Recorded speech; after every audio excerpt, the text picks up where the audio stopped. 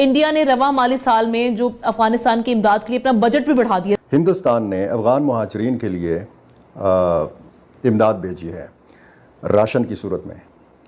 یہ امداد بھیجی گئی ہے افغانستان، اور یہ وہ افغان مہاجرین ہیں جو پاکستان سے گئے ہیں.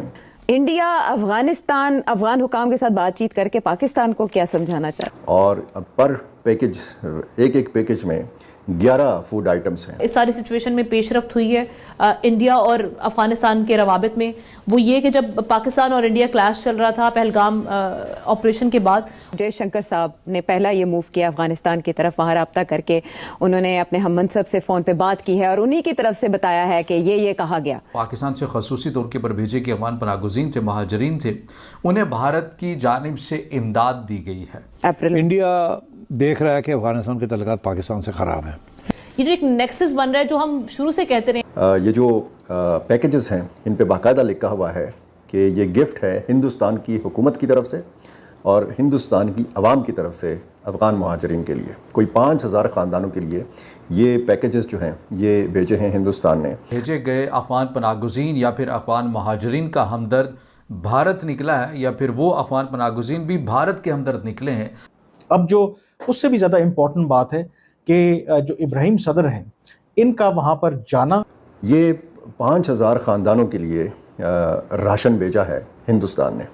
یہ وہ خاندان ہیں جو پاکستان نے جن کو بھیجا افغانستان واپس، یہ افغان مہاجرین ہیں.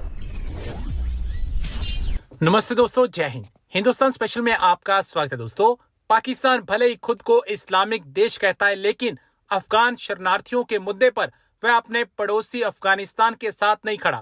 دوسری اور بھارت ہر قدم پر پڑوسی دھرم نبھا رہا ہے. بھارت نے حال ہی میں پاکستان سے نکالے گئے افغان شرنارتھیوں کے لیے کھادیہ سامگری کی مدد بھیجی ہے، جو کابل میں ضرورت مند پریواروں تک پہنچائی جا رہی ہے. افغانستان بھی بھارت کی مدد کو مان رہا ہے اور اس کے لیے وہ شکریہ بھی کہہ رہا ہے. افغانستان کے شرنارتھی اور پرتیاورتن منترالیہ نے ایکس پر پوسٹ کر بھارت کی اور سے ملی مدد کی جانکاری دی ہے. بھارت نے افغانستان سے لوٹے شرنارتھیوں کے 5000 پریواروں کو کھادیہ سامگری کی آپورتی شروع کی. اس مدد میں 11 پرکار کے کھادیہ پدارتھ شامل ہیں، جنہیں کابل پرانت کے شرنارتھی وبھاگ کے ذریعے پاردرشی طریقے سے بانٹا گیا ہے. کابل میں آیوجت ایک وشیش کارکرم میں افغان سرکار نے بھارت کی اس مانوی آدھار پر دی گئی مدد کے لیے آبھار جتایا. منترالیہ نے ایکس پر پوسٹ میں لکھا، بھارت کی جنتا اور سرکار نے افغانستان سے لوٹے شرنارتھیوں کے لیے کھادیہ سامگری کی مدد شروع کی ہے. اور پھر جے شنکر کی بات چیت امیر خان متقی سے.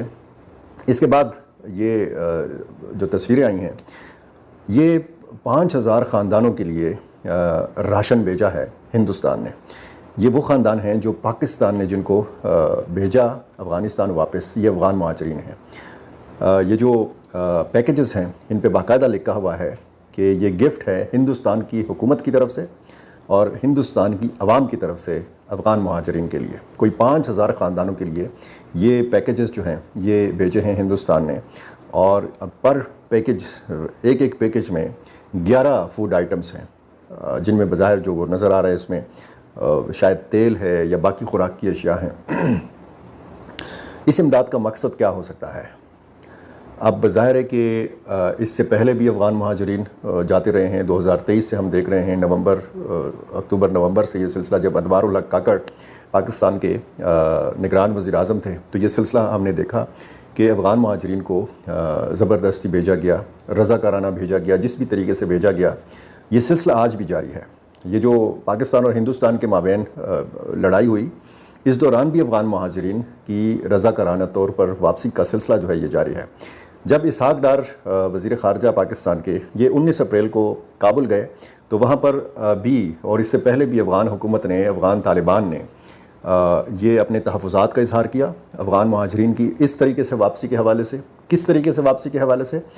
ان کے نزدیک یہ جو طریقہ تھا پاکستان کا، یہ ٹھیک نہیں تھا، یہ باوقار طریقہ نہیں تھا. پاکستان نے پھر یقین دہانی کرائی کہ جی باوقار انداز میں ان کو بھیجا جائے گا. افغان حکومت نے یہ ڈیمانڈ نہیں کی پاکستان سے کہ جی آپ افغان مہاجرین کا جو انخلا ہے یہ روک دیں.